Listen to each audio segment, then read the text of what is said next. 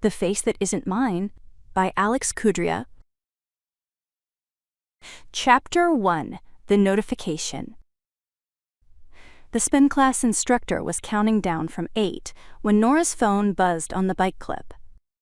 She was at 142 beats per minute, thighs burning, sweat pooling in the hollow of her collarbone, the studio thick with the smell of rubber mats and someone's eucalyptus body spray. The bass thumped through the floor and into the frame of the bike. 7, 6. The woman on her left was grunting with each pedal stroke, a small, private sound lost in the music. Nora glanced down, a screenshot from an unknown number. Her face, her body, not her body. The handlebars jerked. Her left foot slipped the pedal, and a clip scraped her ankle bone hard enough to draw blood. A thin, bright line on the skin above her sock. The woman on the next bike looked over. The instructor mirrored sunglasses. Headset mic? Relentless cheerfulness that Nora usually found energizing and now found unbearable, called out, "You okay back there?" Nora nodded, kept pedaling.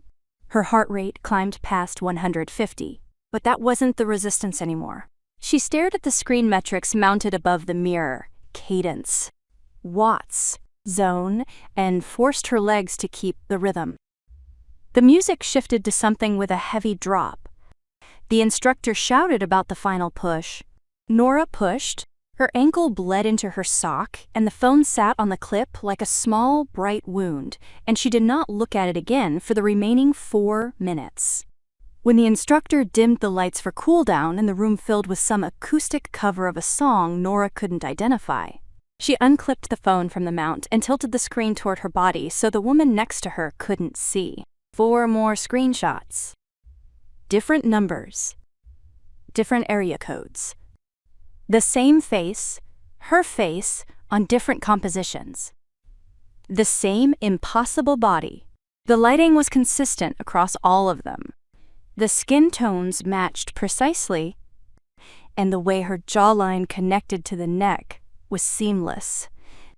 The work of someone who'd studied the architecture of her face with the same precision Nora brought to buildings. These weren't crude jobs.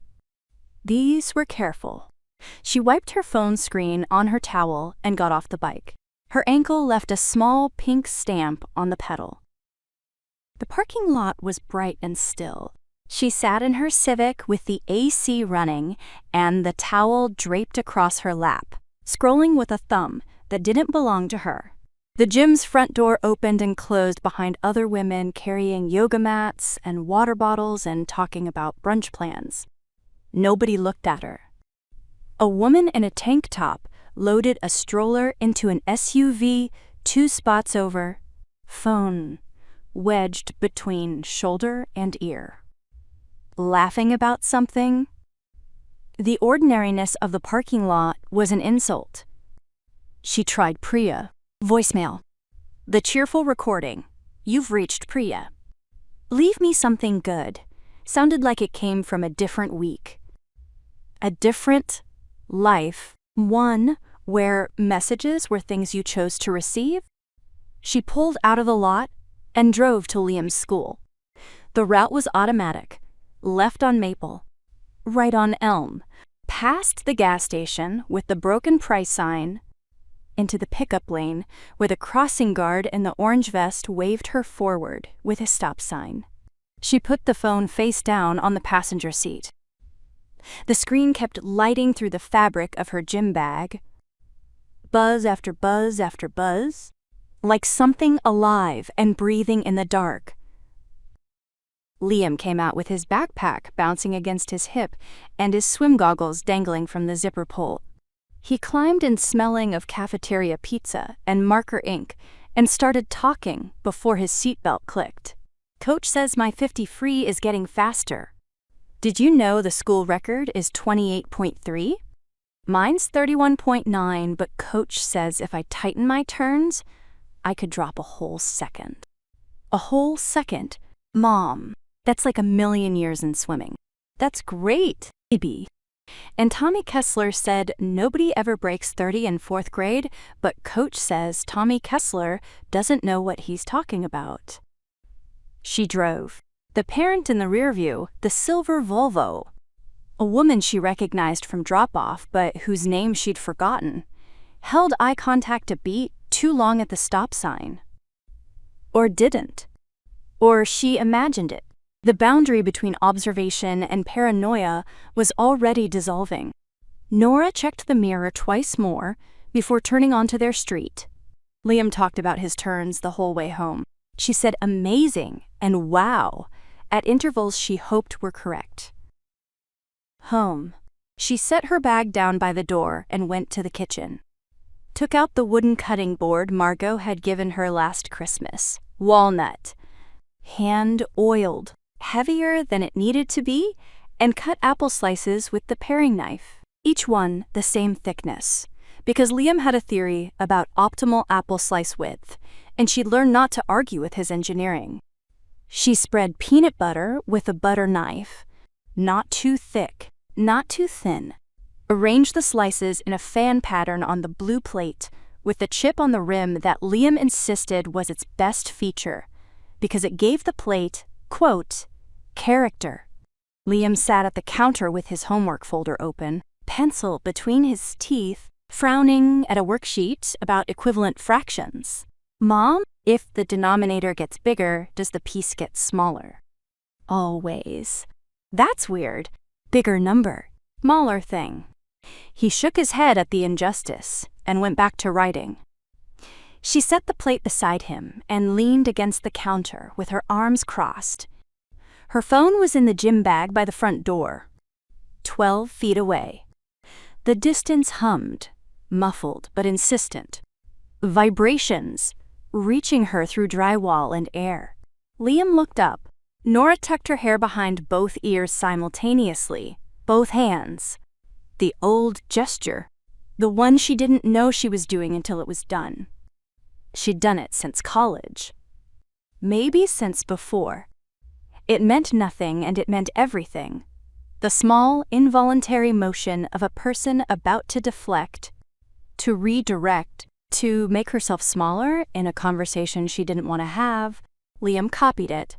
Both small hands sweeping back hair that wasn't long enough to need sweeping.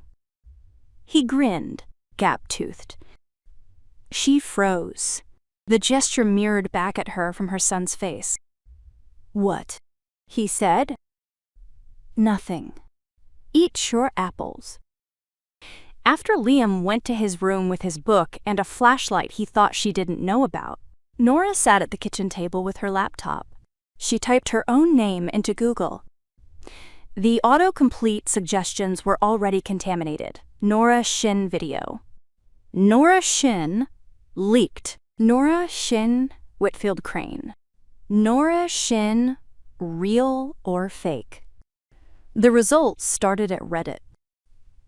A thread in a subreddit she'd never heard of, 47 comments and climbing. Her full name, her employer Whitfield and Crane Architecture, with the firm's website linked, her neighborhood Westchester County, with the township named, her son's school district, not his school, but close enough. 3 different platforms hosting the images, each with its own comment section, its own ecosystem of speculation. The thumbnails were small enough to be ambiguous and large enough to be recognizable. Someone had posted her LinkedIn headshot for comparison, placed side by side with the fabricated images, a helpful visual aid for strangers to decide for themselves. Red circles drawn around matching features, the mole on her collarbone, the shape of her left ear, a scar on her right shoulder she'd gotten falling off a bike at 12. Someone had cross-posted to a local neighborhood forum.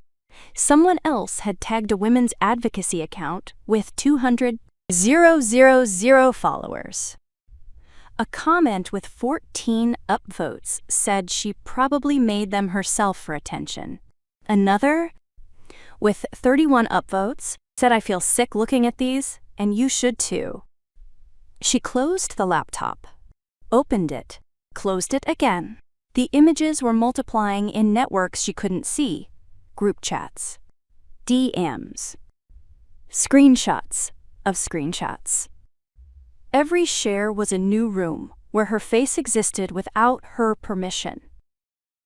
She called her mother. The phone rang 4 times. Her mother picked up already mid-conversation with the neighbor, the cat, the evening news. It was never clear. And the tomatoes this year. I'm telling you, something in the soil changed. Nora? Hi, sweetheart. How's my boy? Is he eating enough? You sound tired. I'm fine. Mom, are you eating? You never eat when you're stressed. I made that kimchi jjigae, the one with the extra gochugaru, and I froze some for you. I'll bring it Saturday. Is Saturday good? Your father would have loved watching Liam swim. You know, he had those same shoulders. Even as a baby, wide. Like a little swimmer already. Mom, something happened today. What happened? Is Liam okay? Liam's fine. Good. Because his swim schedule. Is he still Tuesdays and Thursdays? I want to come to a meet. Do they let grandmothers on the bleachers, or is there a separate section? Mrs. Cho's daughter-in-law says some pools have a designated family area, but I think that's ridiculous. We should sit wherever we... Nora closed her eyes. Her mother's voice kept going. Warm and spiraling, landing nowhere near the place Nora needed it to land. She almost said it. The words were assembled and waiting. Someone made videos of me. Someone put my face on a body that isn't mine. Someone is showing the world a version of me that doesn't exist, and I don't know how to make it stop. She opened her mouth. Tuesdays and Thursdays. I'll send you the meet schedule. Perfect. And eat something. Promise me? I promise. She hung up. Stood in the kitchen, holding the phone against her chest with both hands. The avoidance was so practiced it was breathing, the same reflex that had kept her safe in her marriage. In her family, in every room where truth was more dangerous than silence. She'd perfected the art of almost saying. She could almost say anything. Dinner was bibimbap. Liam's job was the sesame oil, 1 careful teaspoon, measured with the concentration of a chemist, tipped into the stone bowl that she'd preheated on the burner until the rice at the bottom crackled. Vegetables in sections, spinach, bean sprouts, carrots, zucchini, each in its own territory. Egg on top. The yolk still soft. Gochujang on the side, because Liam liked to control the spice level, adding a little more each time, testing his own limits. Can I mix it now? Mix it? He stirred with the long metal chopsticks, collapsing the careful arrangement into the beautiful wreckage that was the whole point. The colors blurred together, red, green, orange, white, and the sizzle rose from the bowl, and she watched him eat with the focus of a person memorizing something. He used the chopsticks the way she'd taught him. Not perfectly, with the grip slightly wrong, but functional. Food to mouth. Mouth chewing? The small, satisfied sounds. She ate too, tasting nothing. But the ritual held her together, the measuring, the arranging, the sizzle, the specific smell of sesame and garlic, and the chlorine still trapped in Liam's hair from practice. She focused on the rice, the vegetables, the sound of her son chewing. The phone was in the gym bag. The gym bag